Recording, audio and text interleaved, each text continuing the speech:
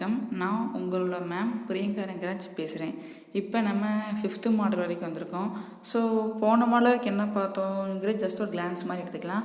First என்ன பார்த்தோன்னா காட்டனில் இப்போ என்னென்ன இம்ப்யூரிட்டிஸ் சொல்லி பார்த்தோம். அதுக்கப்புறம் என்னென்ன sequence of process for before டையிங்க்கு முன்னாடி என்னென்ன ப்ரிப்பரேட்டிவ் ப்ராசஸ் பண்ணணும்னு சொல்லி பார்த்தோம். அதில் ஒரு ஃப்ளோ சார்ட்டு பார்த்தோம். அந்த ஃப்ளோ சார்ட்லேருந்து 2 பார்ட் மட்டும் பார்த்தோம். சிஞ்சிங்னா என்ன, டீசைஸ்னா என்னன்னு சொல்லி போன மாடல்ஸ் வந்து பார்த்தோம். ஸோ சிஞ்சிங்னா என்ன பார்த்தோம், ஒரு ஃபேப்ரிக் சர்ஃபேஸில் நீட்டிகிட்டு இருக்கும், அது ப்ரொஜெக்டிங் ஃபைபர்ஸ் அப்படி சொல்லுவோம். அந்த ஃபைபர்ஸ் ரிமூவ் பண்ணுற ப்ராசஸ் பேர் தான் சிஞ்சிங் அப்படி சொல்லி பார்த்தோம். அதாவது removal of projecting fibre from the fabric surface அப்படின்னு சொல்லி பார்த்தோம்.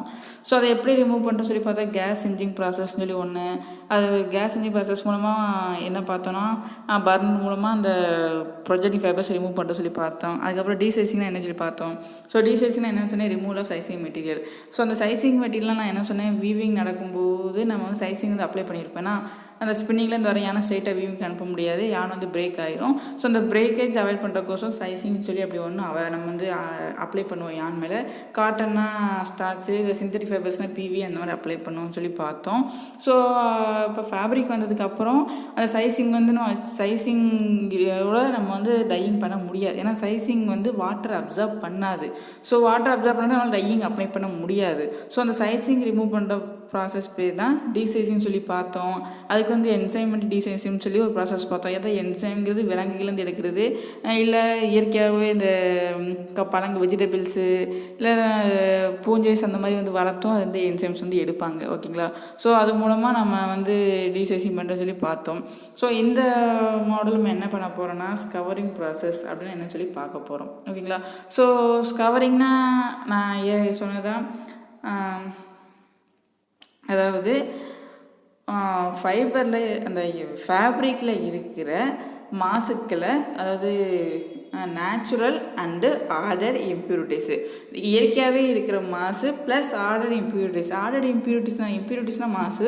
ஸோ ஆர்டர்னால் அந்த நம்ம வீவிங் அப்பப்போ தெரியாத யானில் அந்த ஃபேப்ரிக்கில் க்ரீஸ் அது இருந்து ஒட்டிட்டு வந்திருக்கோம். ஸோ அந்த க்ரீஸை ரிமூவ் பண்ணுற ப்ராசஸ் பேர் தான் ஸ்கவரிங் ப்ராசஸ். பட் இதில் ஸ்கவரிங் ப்ராசஸ் என்ன ரிமூவ் பண்ண முடியாதுன்னா கலரை ரிமூவ் பண்ண முடியாது. இந்த பருத்தி வந்து ஒரு மாதிரி எல்லோயிஸ் ஒயிட்டாக இருக்கும், அந்த எல்லோ கலர் ரிமூவ் பண்ண முடியாது. அது வந்து அடுத்த ப்ராசஸ் ப்ளீச்சிங் தான் அதில் வந்து நடக்கும். ஸோ இந்த ஸ்கவரிங்கில் நம்ம என்ன பண்ண போகிறோம்னா இம்ப்யூரிட்டிஸ், அது ஃபேப்ரிக் மேலே இருக்க தூசி துப்பட்டை மட்டும் நம்ம ரிமூவ் பண்ண போகிறோம். ஓகேங்களா. So scouring is the process of the removal of natural and added impurities in fabric அப்படின்னு சொல்லி போட்டால் கூட நீங்கள் உங்களுக்கு போதுமானது. ஓகேங்களா. ஸோ ஸ்கவரிங் ப்ராசஸ் என்ன பார்த்தோம், removal of natural and added impurities. ஓகேங்களா. ஸோ அதை எப்படி ரிமூவ் பண்ண போகிறோம் பார்க்க போகிறோம். ஸோ அதுக்கு முன்னாடி நம்ம இந்த டயக்ராம் தான் பார்ப்போம். இந்த டயக்ராம் தான். ஸோ இந்த டயக்ராமில் நம்ம வந்து என்ன பண்ணுவோம்னா இந்த இருக்குது பார்த்தீங்களா, ஃபேப்ரிக் பிளைட்னு சொல்லி போட்டுருக்கு பார்த்தீங்களா. ஸோ இந்த பிளைட்டில் ஃபேப்ரிக் போட்டு அதுக்கு மேலே வந்து நம்ம இந்த கரைசல் வந்து ஊற வைப்போம். ஸோ அதுக்கு முன்னாடி அது என்னென்ன ரியாக்ஷன்ஸ் நடக்கும்னு சொல்லி பார்க்கணும். அது இப்போ தான் மெக்கானிசம் ஆஃப் ஸ்கவரிங். ஸோ ஸ்கவரிங்னாலே 2 ரியாக்ஷன் தான் மெயினாக நடக்கும். ஒன்று வந்து சப்பானிஃபிகேஷன், இன்னொன்று வந்து எமல்சிஃபிகேஷன் தான். ஓகேங்களாப்பா. ஸோ அந்த சப்பானிஃபிகேஷன் ரியாக்ஷனாக என்னென்னா, அதாவது ஃபேப்ரிக்கில் இருக்கிற கொழுப்புகள் இருக்கும். நம்ம ஃபஸ்ட்டு ஸ்லைட்லேயே பார்த்தோம் இம்ப்யூரிட்டிஸ் ஆஃப் காட்டன்லேயே பார்த்தோம். இந்த ஹெமிசெல்லோஸு, பெக்டினு, ஃபேக்சஸ், ஃபேட் அண்ட் வேக்சஸ் சொல்லி ஒரு டேப்லெட்களை பார்த்தீங்க. ஓகேங்களா. ஸோ அந்த கொழுப்பை ரிமூவ் பண்ணுற ப்ராசஸ் பேர் தான் சப்பானிஃபிகேஷன். ஓகேங்களா. ஸோ இந்த சப்பானிஃபிகேஷன் ப்ராசஸ் அப்போ என்ன நடக்கும்னா, அந்த ஆயில் ப்ளஸ் ஃபேட்டோட நம்ம சோடியம் ஹைட்ராக்சைடு, அது NaOH வந்து ஆட் பண்ணுவோம். ஓகேங்களா. ஸோ அப்போ என்ன ஆகுனா அந்த ஃபேட்டும் ஆயிலும் சோப்பு கூட சேர்ந்து வெளியே வந்துடும். ஓகேங்களா. அதாவது ஃபேப்ரிக்கில் இயற்கையாகவே இருக்கிற அந்த ஆயிலு ஃபேக்டை ரிமூவ் பண்ணுற ப்ராசஸ். ஓகேங்களா. ஸோ அதை எப்படி ரிமூவ் பண்ணுறோன்னா, அதுக்கு சோடியம் ஹைட்ராக்சைடு நம்ம சேர்க்கும்போது அது வந்து வெளியே வந்து கிளிசரினாவோ இல்லை சோப்பாவோ வெளியே வந்துடும். ஓகேங்களா. ஸோ இது ரெண்டுமே என்னன்னா சோப்புனாலும் சரி தண்ணியில் கரைஞ்சிரும், கிளிசரினாலும் தண்ணியில் கரைஞ்சிரும். ஓகேங்களா. இதுதான் சப்பானிஃபிகேஷன். ஓகேங்களா. ஸோ இதில் எமல்சிஃபிகேஷன் அர்த்தம் என்னென்னா, ஸோ எல்லா ஆயில் ஃபேட்டுமே வந்து ஃபஸ்ட் எடுத்தோடனே கரைஞ்சிடாது. ஓகேங்களா. அது கரைஞ்சது போக சப்பானிஃபிகேஷன் ப்ராசஸ்க்கு அப்புறமா கொஞ்சம் வந்து போகாமல் அடம் பிடிச்சிட்டு உட்காந்து கிடக்கும்.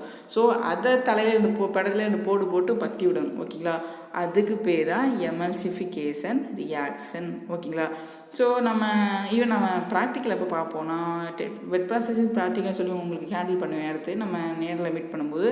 அப்போ நம்ம இந்த எக்ஸ்பெரிமெண்ட்டில் நம்ம பண்ணுவோம். அப்போ நான் சொல்கிறேன் டர்க்கி ரெட் ஆயில்னு சொல்லி நான் ஆட் பண்ணுவோம். அதுதான் சப்பானிஃபிகேஷன் ரியாக்ஷனுக்கான சொல்யூஷன் டர்க்கி ரெட் ஆயில்னு சொல்லி.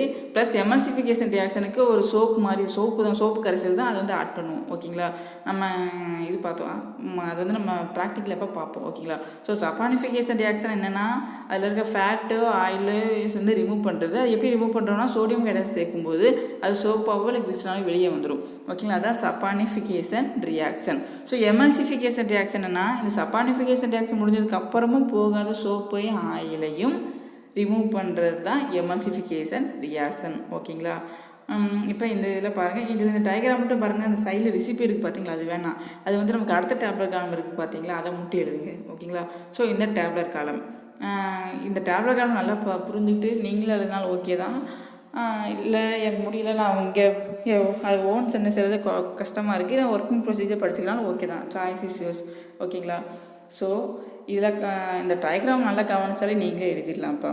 ஓகேங்களா, ஸோ இதில் என்ன இருக்குன்னா ஃபஸ்ட்டு இங்கே ஒரு சிலிண்டர் மாதிரி இருக்குது பார்த்தீங்களா, அந்த சிலிண்டருக்குள்ளக்க ஃபேப்ரிக்கை வந்து நல்லா மடக்கி நம்ம போட்டிருப்போம். ஓகேங்களா, ஸோ நல்லா மடக்கி போட்டு இறுக்கமாக ஒரு நல்லா சாவி வச்சு கட்டியிருப்பாங்க. சாவி சொல்கிறேன் பார்த்து சங்கிலி வச்சு கட்டிடுவாங்க. ஓகேங்களா, நல்லா ஃபேப்ரிக் போது மடக்கி போட்டு காற்றே போகாத வண்ணம் நல்லா இறுக்கலாக போட்டு அதுக்கு மேலே ஒரு நல்ல ஒரு ஸ்ட்ராங்காக துணியை வச்சு நல்லா ஒரு சாவி போட்டு கட்டிடுவாங்க. நல்ல ஒரு சங்கிலியை வச்சு நல்லா இறுக்கி கட்டிடுவாங்க. ஓகேங்களா, இறுக்கி கட்டிடுவாங்க இந்த உருளைக்குள்ளக்க. ஓகேங்களா, அதுக்கப்புறம் என்னென்னா இந்த மேலே கீழே வால்வு மாதிரி இருக்குது பார்த்தீங்களா, இது வழியாக தான் இந்த சொல்யூஷன் வந்து போயிட்டுருக்கும். Sodium hydroxide solution plus sodium hydroxide solution plus இது கூட வந்து சொன்ன Turkey red oil plus soap solution, அதாவது சப்பானிஃபிகேஷன் ரியாக்ஷனுக்கும் எமல்சிஃபிகேஷன் ரியாக்ஷனுக்கும். ஓகேங்களா, அதெல்லாம் சேர்ந்து மொத்தமாக கரைச்சலாக போயிட்டுருக்கும். ஸோ எம்எல் ரேஷியோ வந்து 1:3. தட் மீன்ஸ் ஒரு கேஜி மெட்டீரியலுக்கு கிட்டத்தட்ட ஒரு 3 லிட்டர் சம்திங் அந்த மாதிரி கணக்கு வச்சு நம்ம வந்து எடுப்போம். ஓகேங்களா, ஸோ டெம்பரேச்சர் 130 டிகிரி செல்சியஸ் வரைக்கும் இருக்கும். நம்ம டைம் வந்து 6 to 10 hours டிபெண்ட்ஸ் அப்பான் இது. ஃபேப்ரிக் வந்து ரொம்ப இதாக இருந்துச்சுன்னா கூட டைம் வைக்கிற மாதிரி இருக்கும், இல்லாட்டி கம்மியான வச்சுக்கலாம். ஓகேங்களா, ஸோ இந்த கரைசல் வந்து இந்த மேலே இருக்க வால்வு வழியாக போயிட்டு வந்து ஹீட்டர். ஓகே, சொல்யூஷன் வந்து ஹீட் பண்ணுறதுக்கு இந்த மல்டி டியூப்லர் ஹீட்டர்னு சொல்லி போட்டு பார்த்தீங்களா, இது வந்து ஹீட்டர். ஸோ அது வந்து ஹீட் பண்ணிகிட்டே இருக்கும். அது சொல்யூஷன் வந்து டெம்பரேச்சர் குறைஞ்ச அந்தளவுக்கு எஃபெக்ட் இருக்கான்னு சொல்லி. ஓகேங்களா, ஸோ இது வந்து என்னென்னா இந்த ஹீட்டர் மூலமாக இந்த மேலே இருக்குது பார்த்தீங்களா, இது வழியாக உள்ளே போய் இது வழியாக நல்லா போகிற மாதிரி வச்சு திரும்ப இது வழியாக வந்து திரும்ப இது வழியாக போய் இது வழியாக வந்து இது வழியாக போய் ரிப்பீட்டடாக நடந்துக்கிட்டே இருக்கும். ஓகேங்களா, ஸோ ரிப்பீட்டாக வந்து நம்ம ஃபேப்ரிக் எடுத்து பார்ப்போம். எடுத்து பார்த்ததுக்கப்புறம் ஓகே நமக்கு ஃபேப்ரிக் நமக்கு தேவையான அளவு கலர் வந்துருச்சுன்னா ஓகே, இதெல்லாம் இல்லை ப்ராசஸும் திரும்ப கண்டினியூ ஆகிட்டே இருக்கும். ஓகேங்களாப்பா, ப்ராசஸ் இவ்வளோ தான். ஓகேங்களா, இந்த மல்டி டியூப்லர் இந்த சில்டர் மாதிரி இருக்குது பார்த்தீங்களா, இதுக்குள்ளே ஃபேப்ரிக் வந்து நல்லா மடக்கி நல்லா இறுக்கமாக வச்சு நல்லா அதுக்கு மேலே ஒரு வெயிட்டான ஃபேப்ரிக் வச்சு நல்லா கட்டிடுவோம். சங்கிலி வச்சு கட்டிட்டு இந்த நம்ம இந்த ரெசிபி இருக்குது பார்த்தீங்களா, இந்த ரெசிபியில் இருக்க கரைசல் வந்து இது வழியாக போயிட்டு திரும்ப போயிட்டு வந்துட்டு இருக்கும். கிட்டத்தட்ட அந்த சொல்யூஷன் டெம்பரேச்சர் வந்து 130 டிகிரி செல்சியஸ் வரைக்கும் வச்சுருப்போம். ஸோ 130 டிகிரி செல்சியஸ் வரைக்கும் இருக்கிறதுனால அந்த எப்பவுமே அந்த மெயின்டைன் பண்ணுற கொஸ்டின் ஹீட்டர் வந்து யூஸ் பண்ணுவோம். ஸோ மேலே போக கீழே வர கீழே அப்படி இருக்கும். அது டைமிங் வந்து நான் இப்போ ஏற்கனவே சொன்னது நமக்கு தேவைப்பட்ட ரொம்ப காட்டனில் தூசி துப்பட்டா இருந்தால் 10 மணி நேரம் அதுக்கு மேலே கூட ஆகும். இல்லை அந்தளவுக்கு தூசி துப்பட்டா இல்லை அப்படின்னா நமக்கு 5 மணி நேரம் 6 மணி நேரத்துலேயே போதுமானது. நம்ம எடுத்து பார்ப்போம், நமக்கு தேவையானது இருந்துச்சுன்னா ஓகே அப்படின்னு சொல்லி முடிச்சுவோம். ஓகேங்களா, ஸோ இந்த ஸ்கவரிங் நம்ம பண்ணுற மிஷின் பேர் தான் ஹை ப்ரெஷர் கியர். ஓகேங்களா, மேலே இருக்குது பார்த்தீங்களா, process of caustic scouring using high pressure kier. இந்த ஸ்கவரிங்கை பண்ணுற ப்ராசஸ் மிஷின் பேர் தான் ஸ்கவரிங் கியர் மிஷின். ஓகேங்களா. ஸோ சம்மரி பார்த்துக்கோங்க, டெஃபனிஷன் ஆஃப் கவரிங் என்னென்னு பார்த்தோம், மெக்கானிசம் கவரிங்னா என்னென்னு பார்த்தோம். ஓகேங்களா. ப்ராசஸ் ஆஃப் கவரிங் அந்த இப்போ பார்த்தோம்னா கியர் மிஷின்னா என்னன்னு சொல்லி நம்ம பார்த்தோம். ஓகேங்களா.